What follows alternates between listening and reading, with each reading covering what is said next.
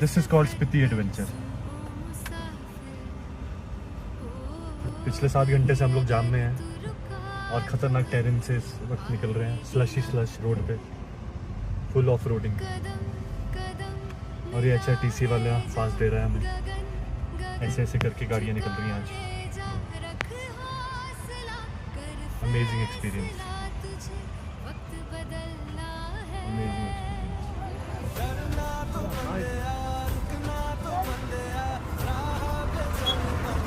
Just wow.